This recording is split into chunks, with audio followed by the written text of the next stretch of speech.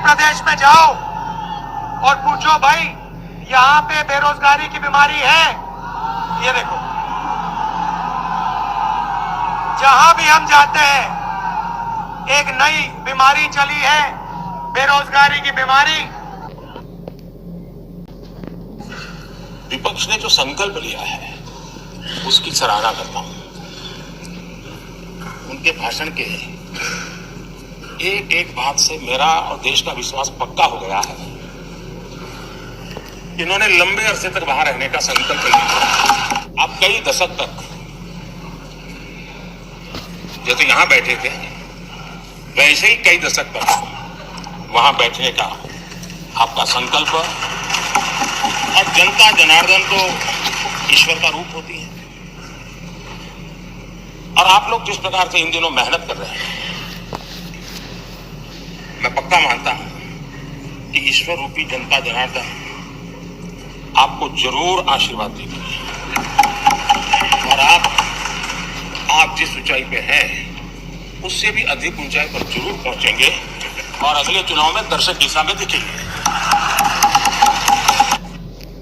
नमस्कार दोस्तों, cosmic king channel पर आप सभी का स्वागत है। आज की इस वीडियो में आप देखेंगे गोविंद देवगिरी महाराज ने शांति दूतों को स्पष्ट कहा, आप हमारे सबसे बड़े 3 मंदिर दीजिए, बाकी कुछ नहीं चाहिए।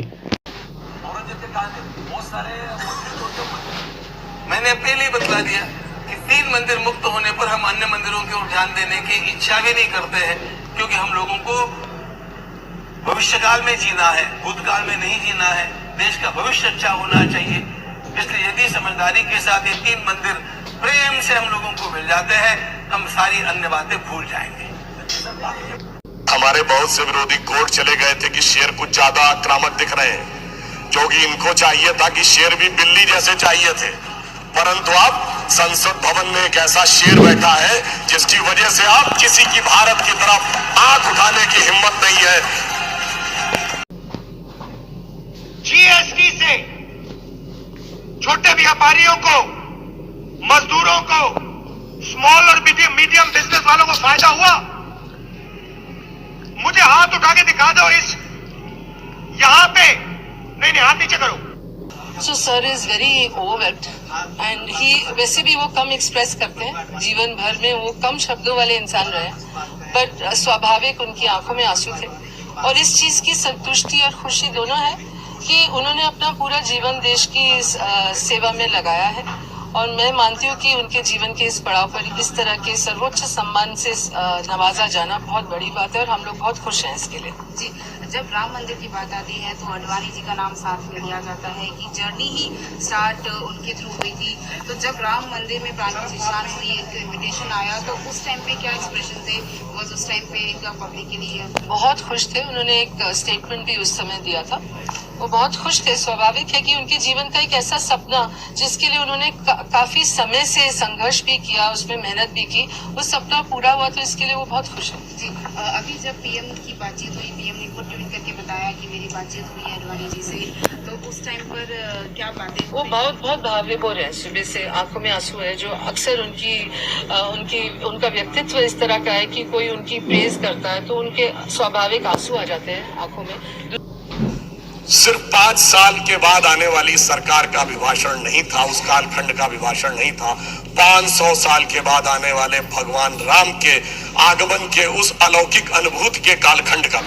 पीएम मोदी जी ने लोकसभा में कांग्रेस पर हमला बोलते हुए नेहरू और इंदिरा की सोच को एक जैसा बताया। उसका कारण कांग्रेस द्वारा समाज में अलग अलग प्रकार से मतभेद कराकर आपस में लड़वाना है। कांग्रेस ने देश के सामर्थ्य पर कभी भी विश्वास नहीं किया।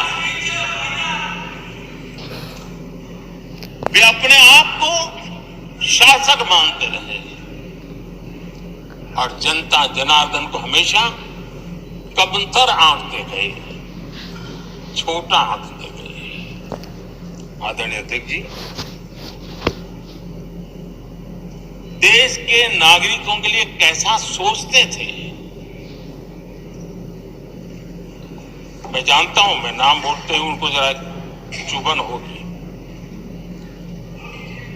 लेकिन 15 अगस्त लाल किले से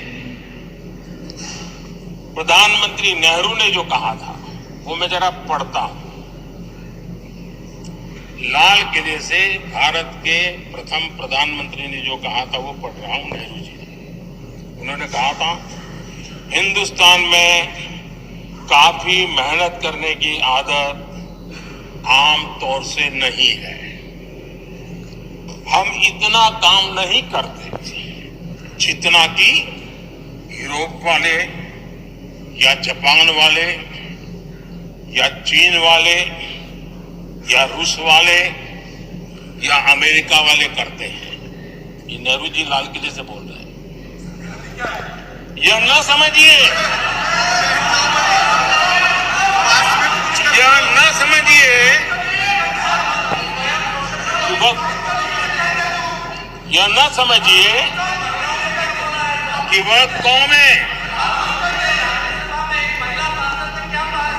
ये न समझिए कि वह कौमें कोई जादू से खुशहाल हो गई। वो मेहनत से हुई है और अक्ल से हुई है। ये उनको सर्टिफिकेट दे रहे हैं, भारत के लोगों को नीचा दिखा रहे हैं। यानी नेहरू जी की भारतीयों के प्रति सोच थी कि भारतीय आलसी है। नेहरू जी की भारतीयों के लिए सोच थी कि भारतीय कम अकल के लोग होते हैं। और आदरणीय अध्यक्ष जी,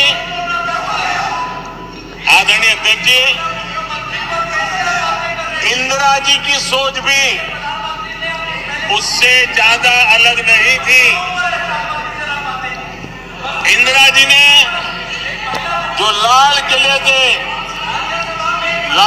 किले से 15 अगस्त को कहा था,